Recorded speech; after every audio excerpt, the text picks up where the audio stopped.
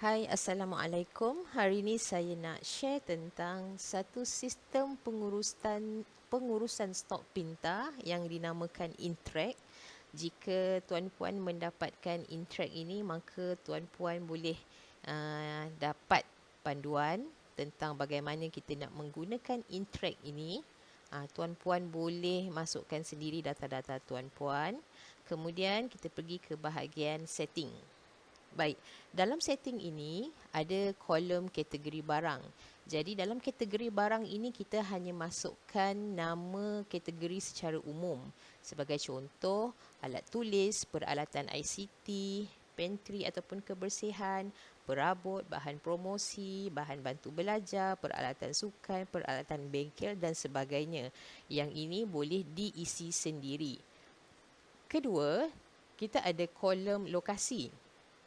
Jadi di dalam ini kita perlu senaraikan lokasi-lokasi yang berada di sekolah kita lah. Mungkin barang-barang itu ketika sampai dia berada di lokasi-lokasi tersebut. Okey, seterusnya senarai pembekal.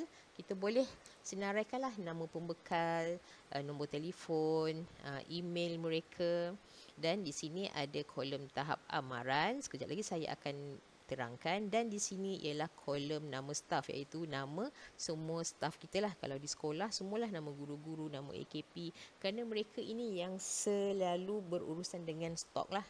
Okey. Baik, apa itu tahap amaran? Tahap amaran ini di mana kita sendiri yang meletakkan berapa bilangan paling minimum yang berada di dalam stok untuk kita berhati-hatilah untuk memberi amaran kepada kita bahawa kalau dah sampai ke bilangan ini, maksudnya stok ini sudah berada di dalam status tidak cukup. Okey, jadi kita boleh type sendirilah. Contoh sebagai contoh lah, alat tulis. Alat tulis kan banyak. Jadi mungkin kita rasa kalau dekat sekolah kita paling sikit lah. Maksudnya kita dah kena beli lagi apabila dia mencapai bilangan 10 contohnya. Okey, peralatan ICT. Kalau contoh tinggal 3, maksudnya dia sistem ni kita nak dia memberi amaran kepada kita, oh ini dah stoknya dah semakin menipis. Okey, dan seterusnya lah. Baik. Kemudian dalam Intrack ini tuan-puan akan dapat database stok. Baik, database stok ini di ruangan pertama ini ada ID ataupun nama barang. So tuan-puan bolehlah masukkan ID ataupun nama barang. Jadi di sini saya hanya tunjukkan contoh lah. Okey, nama barang ialah nama barang itulah yang ada tu. Okey, contoh pensel, pemadam, pembaris, kertas A4, marker, laminating film, buku PSS, kerusi, rak, penyapu, berus jamban. Ini sebagai contoh. Tuan-puan boleh tambah lagi banyak lagi di bahagian bawah tu. Baik, bahagian kategori kita drop down. So, pensel ini duduk dalam kategori apa? Jadi dalam kategori alat tulis. Jadi kita pilihlah, okey. Kalau buku PSS ni dia duduk dalam kategori apa? Dia duduk dalam kategori bahan bantu belajar dan sebagainya. Okey, lokasi di mana barang-barang ini ada. Ketika barang itu sampailah dalam stok kita lah maksudnya kan. Okey. Kemudian dalam database stok ini kita ada ruangan stok masuk, stok keluar, baki semasa, barang rosak dan status. Inilah status yang saya sebutkan tadi. Status ini dia akan baca berpandukan kepada apa yang kita isi dalam tahap amaran. Kalau tahap amarannya 5, maksudnya sistem itu akan baca sebagai stok rendah. Jadi sekarang ini semua masih kosong lah sebab stok kosong. Kita belum masukkan apa-apa stok. Baik, kita pergi kepada rekod masuk. Dalam rekod masuk, apabila kita menerima barang, kita klik dan kita masukkanlah tarikh bila. Apa ID ataupun nama barang yang sampai tu? Sebagai contoh, pemadam. Yang sampai tu pemadam, yang sampai tu buku PSS, yang sampai itu berus jamban sebagai contoh. Baik, pemadam. Berapa yang masuk? Contoh ada 30 yang masuk. Buku PSS ada 10 yang masuk. Berus jamban ada 5 yang masuk. Okey, kemudian kita typekan di sini nama pembekal. Okey, nama pembekal contoh Fauziah Latif Sendirian Berhad. Nama pembekal ni dapat daripada mana? Nama pembekal ini dapat daripada sinilah. Fauziah Latif Sendirian Berhad tadi. Okey. Baik.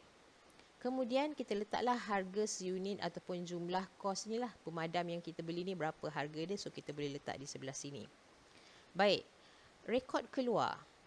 Rekod keluar ini diisi apabila barang itu keluar.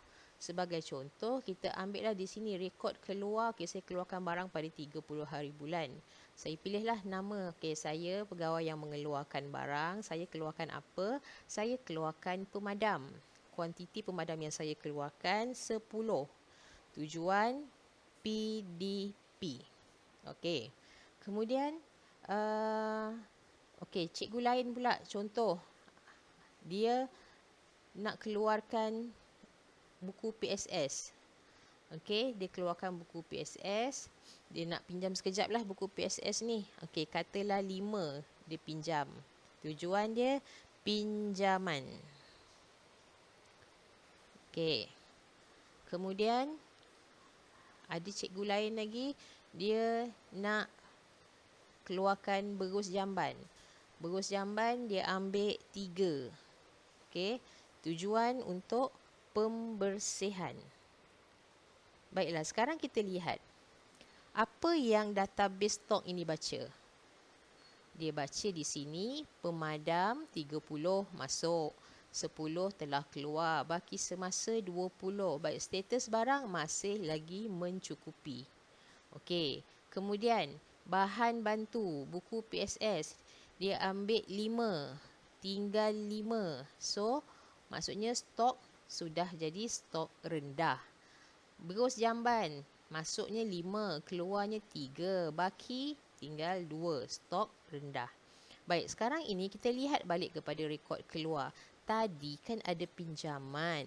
Okey, barang-barang kita ni ada yang dia habis pakai, ada yang dia macam kita pulangkan. Contoh, kita dah pakai buku Iqra, kita pulangkan semula kan. Okey, jadi semuanya dia akan direkod di dalam ini. Baik, katalah buku PSS ini tadi kan, dia pinjam. Kemudian dia nak pulangkan. So, dia perlu klik di sini, status pulang. Dia pulangkan balik, tarikh pulang, dia letaklah contoh 31. Okey, jadi kita lihat apa database stok ini baca. Database stok ni baca buku PSS tadi 10. Okey, stok keluar ada, tak ada. Dia dah jadi tak ada balik lah. Okey, sebab apa? Sebab kita dah klik di sini. Kita dah pulangkan. Maksudnya stok 5 tadi ni dia dah masukkan semula. Baik, sekarang ini katalah bila kita keluarkan 5, okey, kemudian kita pinjam, tiba-tiba kita hanya pulangkan 2 sahaja. 3 rosak. Jadi kita letak catatan di situ, 3 rosak. Baik. Kemudian kita kena melapor kerosakan itu di bahagian pelupusan ini. Contoh, tarikhnya kita masukkan, kita pulangkan pada 31 hari bulan tadi. Okey, nama barang itu ialah buku PSS. Kuantiti yang rosak itu berapa? 3. Kita letaklah di sini. Sebab apa? Banjir ke? Kemudian apa tindakan kita nak buat dengan buku yang rosak ini? Kita nak baik pulih ke dan sebagainya. Baik, apa yang database stok ini baca? Baik, database stok ini akan baca ini. Buku 10. Okey. So, baki semasa ada 7. Kenapa 7? Sebab 3 ini rosak. Okey, boleh faham? Jadi, bila kita dapat interact ini boleh membantu kita mengenal pasti barang yang rosak. Kita boleh tahu siapa yang menggunakan barang-barang tersebut. Kita boleh tahu berapa banyak barang yang masuk, dan yang paling penting, database stok ini membantu kita untuk melihat dia punya status. Okey, stok dah semakin rendah, apa yang perlu kita buat di peringkat sekolah? Mungkin kita kena order lagi barang tersebut kan. Dan semua ini dia amat mudah. Interact ini amat mudah sebab kita sendiri yang mengendalikannya. Dan panduan juga ada disertakan di sini. Jadi kalau berminat bolehlah maklum dengan saya. Okey, baik, itu sahaja. Terima kasih.